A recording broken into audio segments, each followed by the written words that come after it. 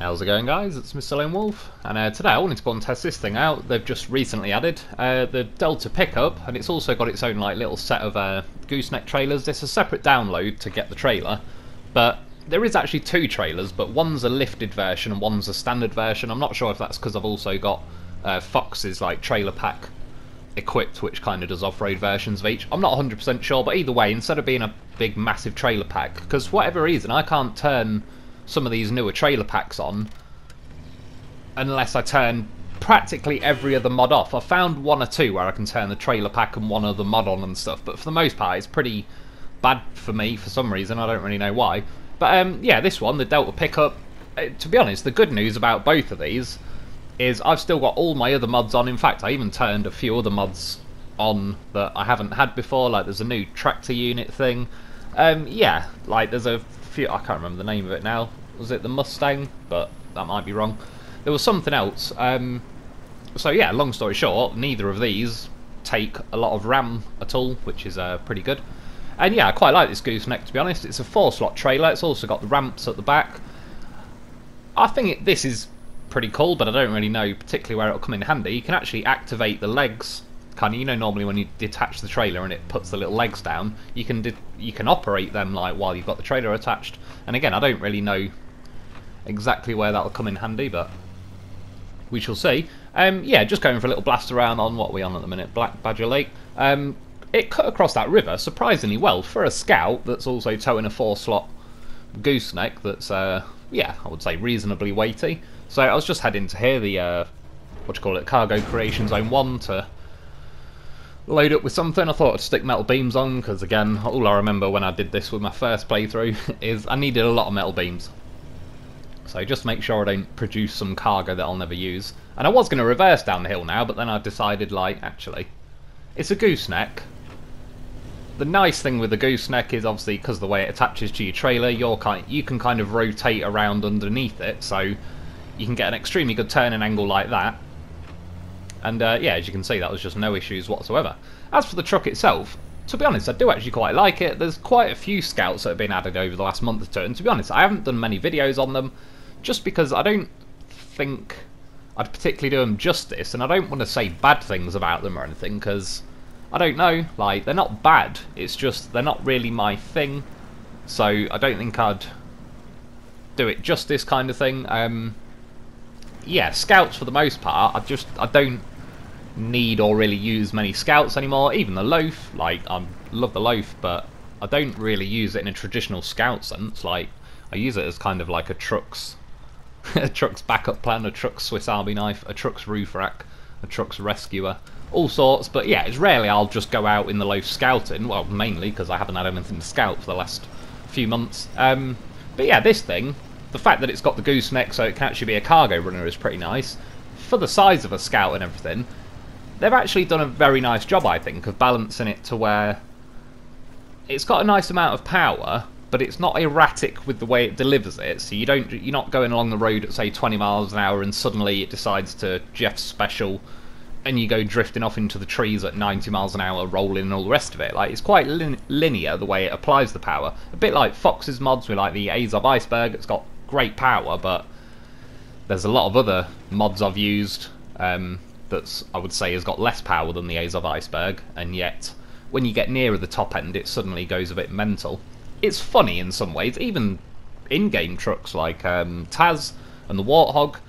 Taz in particular is one where, like, it drives along pretty normally, but once you get into like the top end of the gears, or if you drop it in high range and do the Jeff Special, yeah, like that thing absolutely loves the Jeff Special, and it's quite erratic. And again, it's funny because of that. I've not really used the Taz or the Warthog for much serious stuff, but for just flying around, flying down White Valley Airport or something, it's yeah, been pretty fun. But yeah, overall I actually think this bridges the gap very well between like a scout that's actually reasonably capable of delivering cargo. Had to slam the brakes on then, I was like, god damn, almost forgot to get myself a loaf. Yeah, I just wanted to see how this thing actually holds with a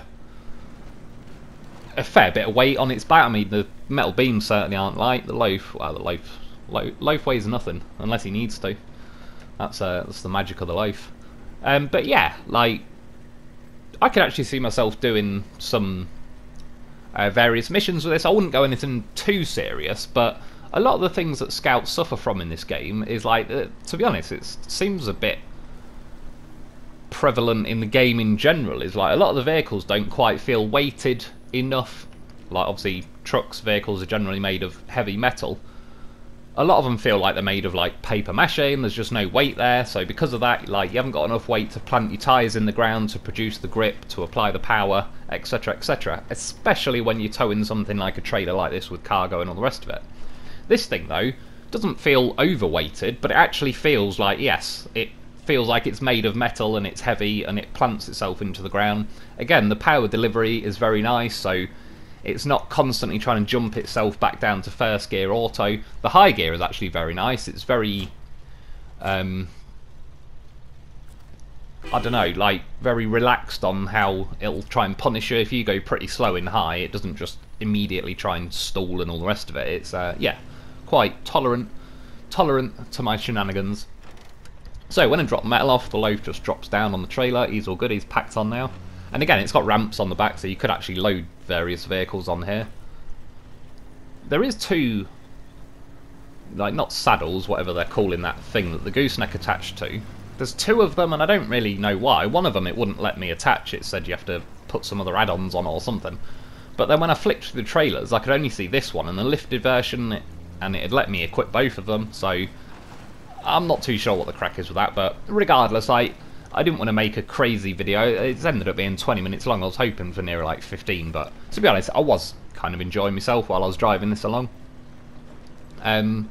Yeah, so ended up getting a little bit more footage than usual. Driving along here, got over that rock bridge pretty nicely. I was just eyeballing that metal frame building there. Might scavenge another 2 metal beams off it. Well, I edited it out of here, but I did. I just wanted to come across here, give it a bit of a water test. I knew it was going to go deep enough to start taking some serious damage. I just wanted to see, would it stall, what would happen. Engine health lasted well enough that I went in, and came out the other side. And again, I've got a low for me, so I've got roof rack repairs, all that sort of stuff if needs be. But yeah, to its credit, it got through there, it hauled it through the water even when it was fully submerged. And again, nice turning circle with that kind of trailer. That kind of trailer wouldn't do very well in, say, a road train situation though, because the nature of the gooseneck is to kind of like, if you were turning around a right hand bend, it wants to cut the right hand bend because of the way it like attaches to you and all the rest of it. So a double road train of them would be very, you'd be catching a lot of lampposts and stuff on the inside. But yeah, still, I just found it quite impressive for a Scout that it actually feels pretty manageable and usable and quite enjoyable really. As I said, it's Scouts in their purest form aren't the biggest interest of mine, but this was going alright. So next up, I came for a little ice test. Ended up, what are we on? Lake Coved Battle on the Ice, I believe this is called. I'll be honest, I didn't have amazing hopes for this. I wasn't thinking it was going to be like a record breaker. I could already pretty much guarantee it wasn't going to break any records. But I just thought, yeah, it feels pretty consistent, like I said, with its power delivery and all the rest of it. It actually feels very nice on the snow. I think part of the reason that makes this truck work and feel quite nice and balanced in general is the fact that it's, I'm assuming anyway, it's got like custom tyres. I've got chained on, but I don't even think you can see any chain. They're just in the chained section of the tyres. Yeah, all the stats are like kind of, I think road might have been good, but then the other three were like excellent, excellent, excellent. And long story short, in this game, the actual standard tyres that are kind of interchangeable between a lot of trucks are a little bit lacking, I think. Like, they're a little bit crap for grip. I don't think they necessarily represent the real life grip, really. But yeah, a lot of modders, and there's also various trucks that have got custom tyres. The Tiger's got custom tyres, and they're great, and I'm not knocking them, and I wouldn't want them to nerf them or anything. They almost feel like, I wouldn't go as far to say OP, but they're certainly, they take a lot of the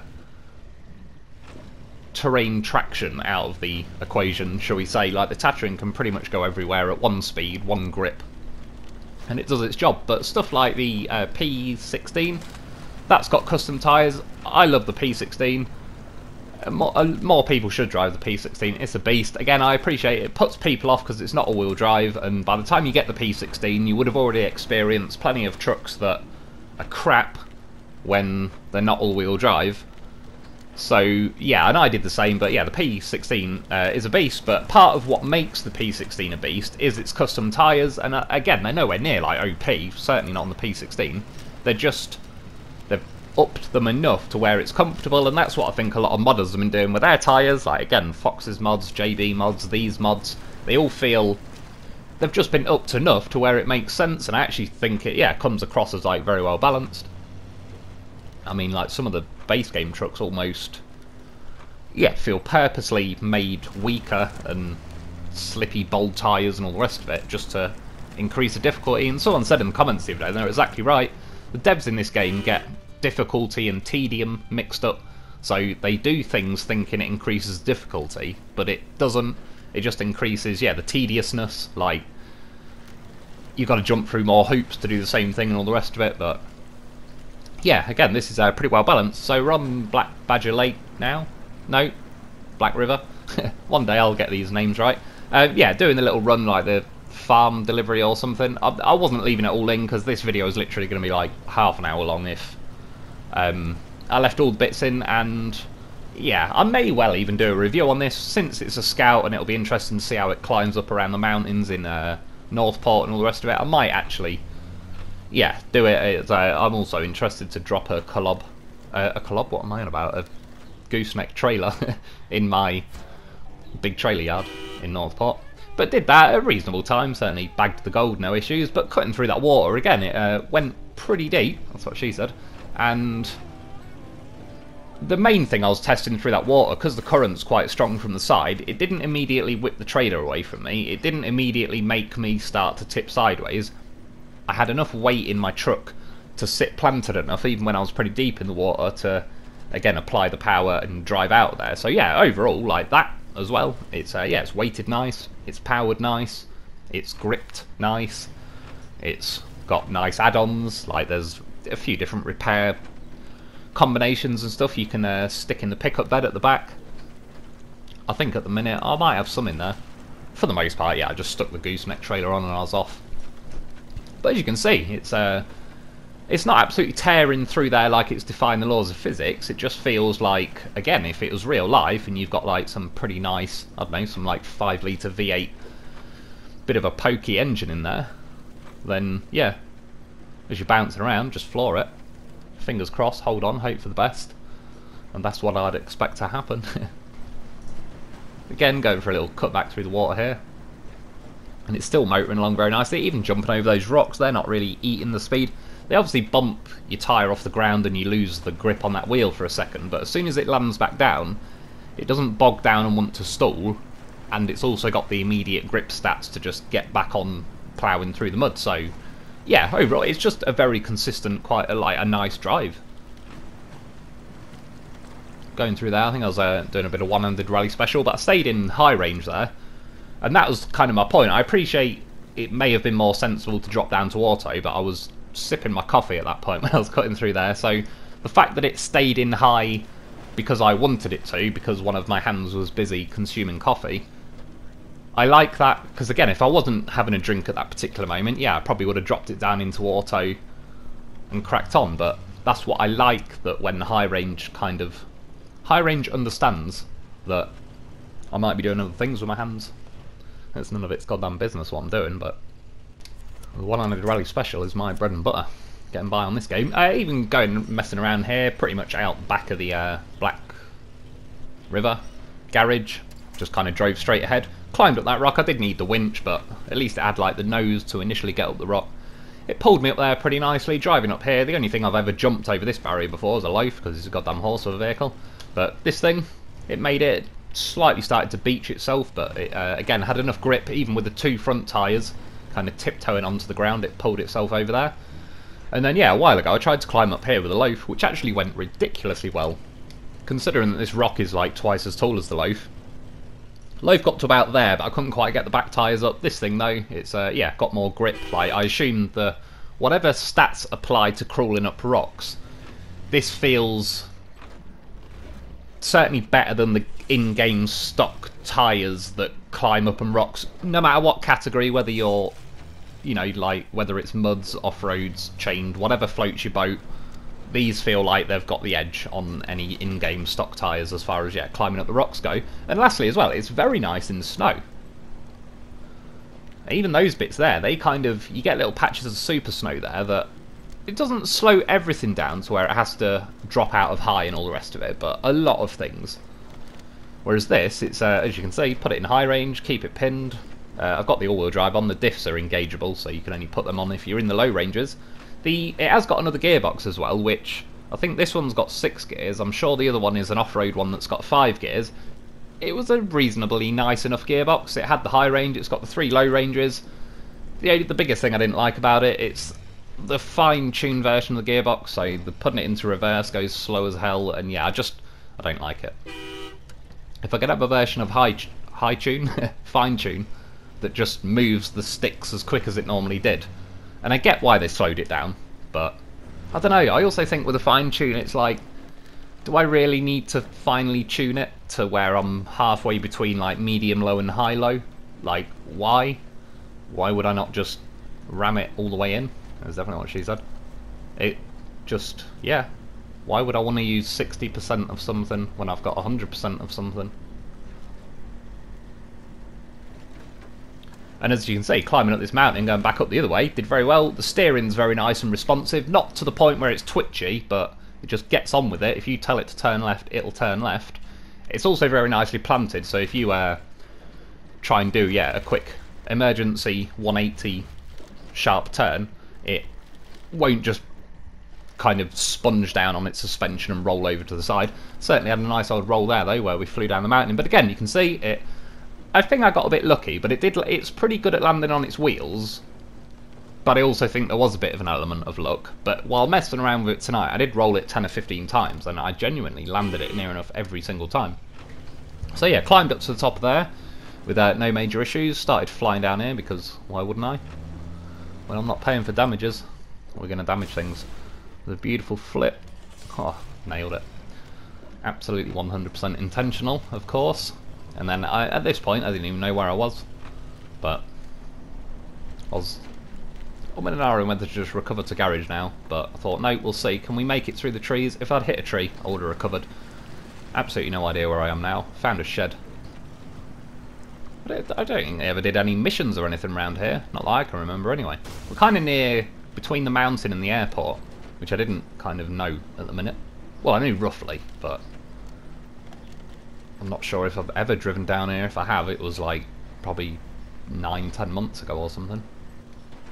But yeah, anyway, back to the gearbox quickly, because of the way it's all geared and all the rest of it. Like I said, it doesn't let you have excessive high speed, so it doesn't start getting erratic. I ended up cutting that bit out. It was just a plain old drive down the runway. Like, there was no Jeff specialing, there was no twitching. It just felt, yeah, very nice and planted, which is good. Possibly got a bit lucky there, but you see what I mean. I was clearly on my roof. There's plenty of vehicles that would have just sat on their roof at that point. This, it still had a bit of a diagonal angle to kind of swing back to its side and then flop back to its wheels, but clearly the weight's low down, and it's reasonably keen on making it back to its wheels. Motored through that water very nicely, gets up here and just no issues at all. It's very nice in the snow. Not going to lie, this will actually be a very interesting and yeah, pretty good contender for, I assume, Phase 4. I know we're getting 4 new maps. I'm not sure if they're all 100% snowy. There might be slight variations, a bit like Big Salmon Peak. Or no, Flooded Foothills is probably a better example. That's kind of like half mud, half snow. But yeah, nonetheless, this thing is pretty nice in snow.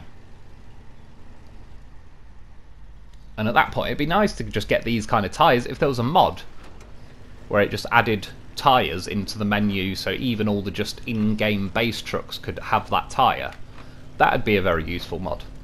Because for the most part, there's plenty of vanilla trucks that I enjoy, but there's elements of them you just know have been purposely nerfed for the sakes of difficulty, in quotations. Like that guy said the other day, more like tediousness.